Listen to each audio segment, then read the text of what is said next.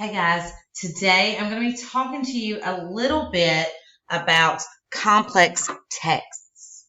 What does that mean? A complex text are these readings that you'll be reading from here throughout high school, and it's to prepare you for college or the workplace. Whatever career you're going into, you'll be faced with complex texts.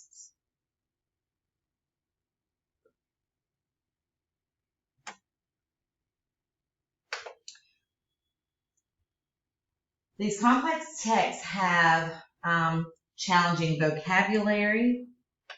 This might be words that you just don't know. What do you do in that situation? If you have challenging vocabulary, the first thing you need to do is identify the word, define, or find a synonym.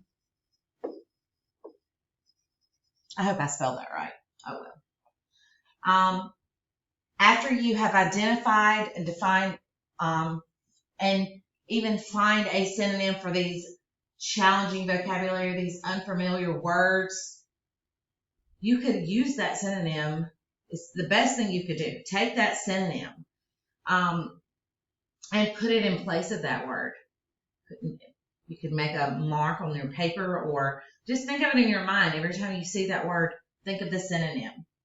You'll also see long, complex sentences. What do you do there? If you have these long, complex sentences, well, you need to break them down. Find out what they really mean. What are they trying to say? What is the author, the writer, trying to say to you? Do that. Figurative language. We know what figurative language is. That's your phrases that could be, usually it's a phrase, not always, but phrases that are most likely, most commonly is a metaphor.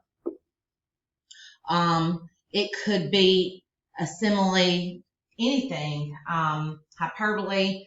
Identify that figurative language and find out what they mean by that. Multiple levels of meaning. Especially when we go into poetry, you could take this with you, but it's when we have something that seems simple, but it's actually deep. It has a deep underlying meaning. For instance, you might see this a lot in music. It seems like I remember there's a song by a country music singer, Miranda Lambert, and her song seems to be, the song's called Dead Flowers, and it appears that she's just talking about a vase of flowers that are dying on her kitchen table. What she's really talking about is her relationship, how her relationship is dying out. It seems simple, but it has a deeper meaning. Unfamiliar settings and situations. When we go into reading the autobiography and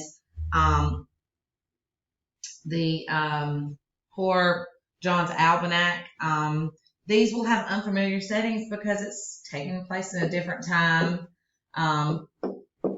place, and we have to use that what we know about that time period or this place to help us learn character choices or think about character choices.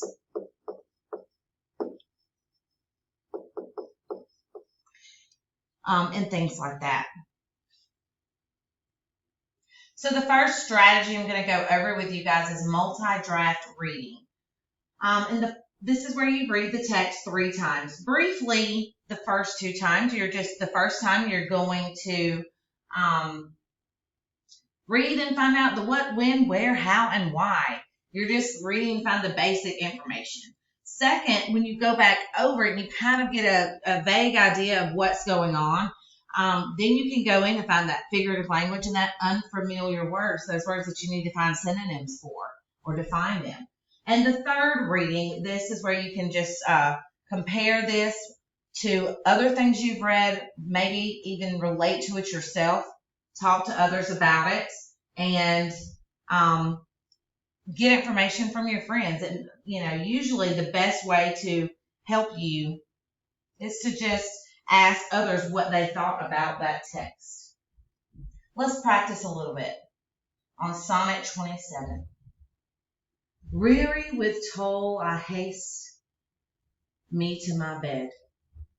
The dear repose for limbs with travel tired, but then begins a journey in my head.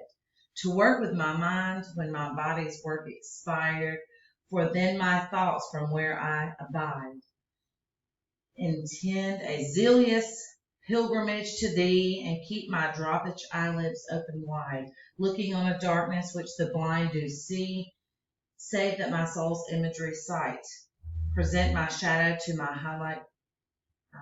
to my sightless view, which like a jewel hung in ghastly night, makes black night beauteous and her old face new.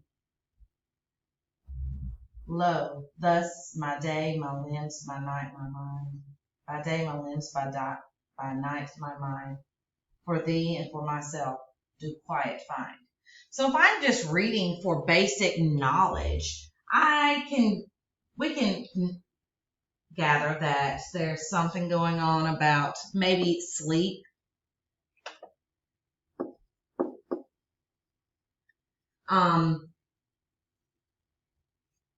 We know that there's something going on dark. We have a lot spoken here about darkness. We know it's told in what point of view? First, right? So it's first person. That's the who. What? We might not know where yet. Or why. Let's read again. Let's find some of this figurative language and words we don't know.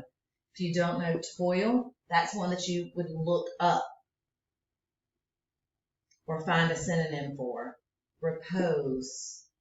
When you go in and you find these words, and if I were to look up toil, it would mean trouble or angst, things like that. So if I go in and I look up all these words and I can insert them, this would be much easier read. Thirdly, I might talk to another student and see what they got out of this. See if they looked up a word that you didn't think to look up. That's the best way to do it. Or, if you're a remote learner, you might ask your parent, like, what do you think this word means? What does this mean to you? Drooping eyelids open wide. This is a piece of figurative language. My sightless view. So we know that his eyes are closed and maybe he's speaking of death. So the first, second, and third reading, remember these are what you're going to do for that multi-draft reading. This would probably be what I would recommend for anyone. And if it's a long text, if it's one that's 3 or 4 pages, do this in sections, maybe paragraphs even. All right, another strategy you could use is just to close read. You know this from 9th grade, maybe even 8th grade. You know what it means to close read. It means to break down long sentences. You're doing the same thing. Reread passages. Look for context clues. If you are reading in the classroom, especially if we were in a traditional setting and you can't necessarily look up the word, you can look for context clues to help you understand what that word means. The sportscaster tried to clarify the offside violation to help the spectators understand the referee's call. So if you don't know the word clarify, you have the words to help and understand, kind of give you what that word means. So look for other words in the sentence. This will not always be there, but 90% of the time you're going to have context clues.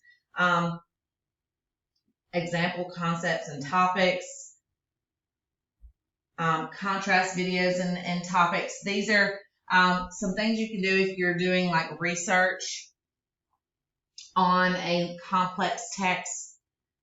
identify pronoun antecedents. So if a long sentence combines pronouns, reread the sentence to make sure that you know what the pronoun refers to. Is it referring to a place, a person, government, anything? Look for conjunctions such as and or yet to understand relationships between ideas. And then paraphrase. This is probably the easiest way. Put this, if we're reading a long passage, take that paragraph and put it in your own words. How would you say it? Lastly, ask questions. If you're in the classroom with me, ask those questions. And if you're at home, this is why it is imperative for you to join the Google Meets every day. Because when you're reading these, if it's after hours and I'm at home, I can't answer those questions for you. Your teachers are home with their kids and their families, and so we're not able to answer those questions for you. Or if we're with another class, this is why it is imperative, guys. It is so important that you join the Google Meets every day, especially as we're reading these complex texts. This will help you to understand or better understand what you're reading if I'm available to you when you need to ask questions. Asking questions is always key.